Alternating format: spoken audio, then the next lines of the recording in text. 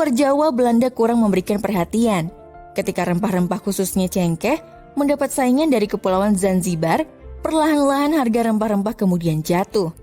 Pada awal abad ke-19, Belanda mulai tidak memperhitungkan wilayah luar Jawa.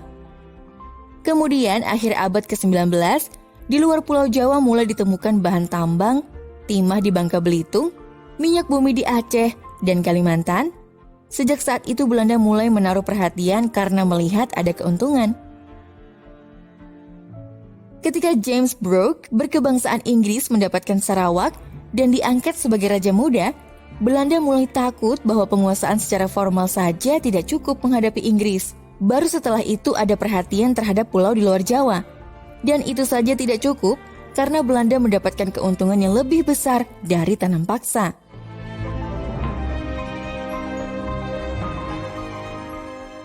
Pada tahun 1830, dengan adanya tanam paksa, sebetulnya disitulah pembangunan infrastruktur di Jawa mulai berkembang secara luar biasa.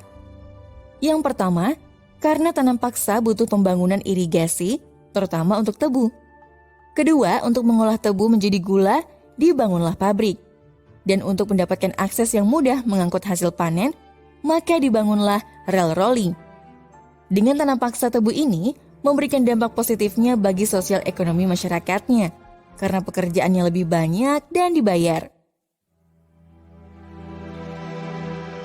Dalam pertanian dibutuhkan jalur tram dan irigasi, terutama pembangunan pintu air yang membutuhkan baja besi. Begitu juga Angkatan Laut Belanda, kapal-kapalnya perlu perbaikan. Pembangunan infrastruktur seperti pelabuhan sebenarnya untuk kepentingan Belanda sendiri. Dan di Jawa saat itu ada 3 pelabuhan, yaitu Jakarta, Semarang, dan Surabaya. Pelabuhan ini digunakan sebagai pintu gerbang wilayah-wilayah pedalaman untuk mengangkut hasil tanam paksa yang dibawa ke Belanda untuk dijual di sana.